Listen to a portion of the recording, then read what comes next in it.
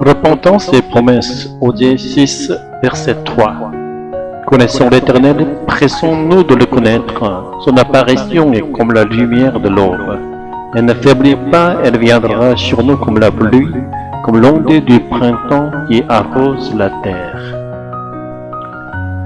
Pour comprendre ce verset avec précision, il faut avoir quelques notions sur le climat d'Israël. Israël a un climat méditerranéen avec des étés très secs et des hivers humides. Il y a 2 saisons de précipitations principales. La pluie d'automne, Yoré, tombe en octobre-novembre et permet de semer le blé ou l'orge sur une terre sèche après l'été. Les Israélites anciens considéraient cette ondée précoce comme une pluie d'espérance et de promesse, car elle met fin à l'attente. La 12e saison de pluie a lieu en mars-avril, appelée Malkosh, la pluie tardive, qui mûrit les récoltes avant la moisson. Cette ondée de fin de saison évoque surtout l'abondance et l'espérance de la récolte.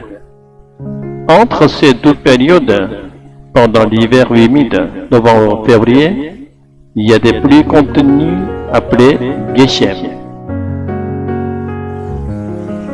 Dans le texte hébreu, Osée 6.3 mentionne ces 3 types de pluie, alors que la plupart des traductions mettent seulement l'accent sur la pluie tardive, symbole de l'accomplissement.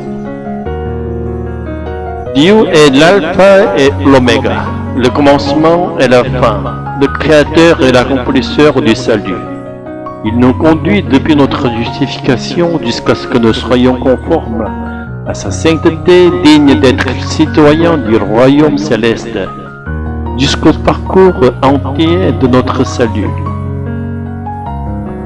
Osée invite ici le peuple d'Israël à se repentir en premier lieu. En se tournant vers Dieu, il restaurera l'Israël. Le verset 2 chante également l'espérance de la résurrection, annonçant que la vie éternelle avec Dieu ne se limite pas à cette terre. Dieu est celui qui guérit les malades et ressuscite les morts. Il relèvera les morts au 3e jour. Préférons la venue de Jésus comme représentant d'Israël. Ainsi, ce que le peuple sauvé doit faire est de connaître Dieu de manière personnelle et intime. Le verbe hébreu yada exprime cette connaissance intime. Pour souligner cette relation personnelle, le texte répète « Pressons-nous de connaître Dieu ». Lorsque nous entrons dans une relation intime avec Dieu, il nous sauvera assurément. C'est une vérité inébranlable, comme l'aube qui se lève dans la nuit profonde.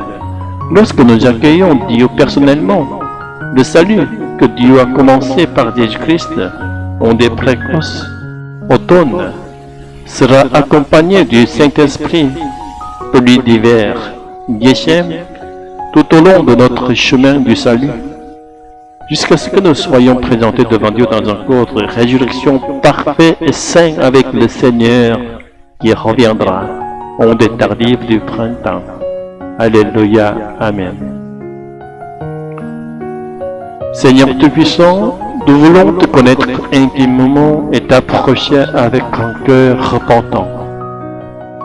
Fais que notre foi soit nourrie par ton esprit et que ton salut, commencé par Jésus-Christ, nous guide jusqu'au jour de la résurrection.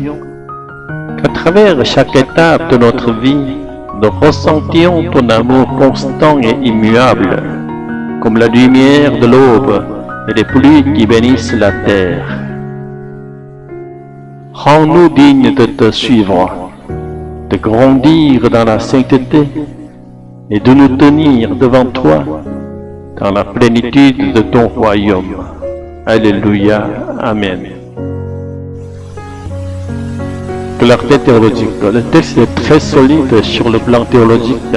Il relie de manière cohérente le climat d'Israël, les saisons de pluie et la progression spirituelle du salut. Automne, commencement, hiver, accompagnement du Saint-Esprit, printemps, accomplissement final. Structure et progression. La méditation suit une structure logique. Explication culturelle, application spirituelle, exhortation pratique, vision eschatologique. Cela rend le texte fluide et compréhensible. Richesse d'images. Les métaphores des pluies sont très puissantes et permettent au lecteur de visualiser le parcours de la foi et du salut. Amélioration possible. Quelques phrases sont longues et pourraient être légèrement fractionnées pour renforcer la lisibilité. L'usage répétitif du mot pluie pourrait être harmonisé avec des synonymes ou des expressions poétiques pour alléger le texte sans perdre la précision théologique. En résumé, c'est une méditation profondément biblique, bien structurée et spirituellement nourrissante, qui lie connaissance personnelle de Dieu, repentance et promesse de salut de manière vivante et pédagogique.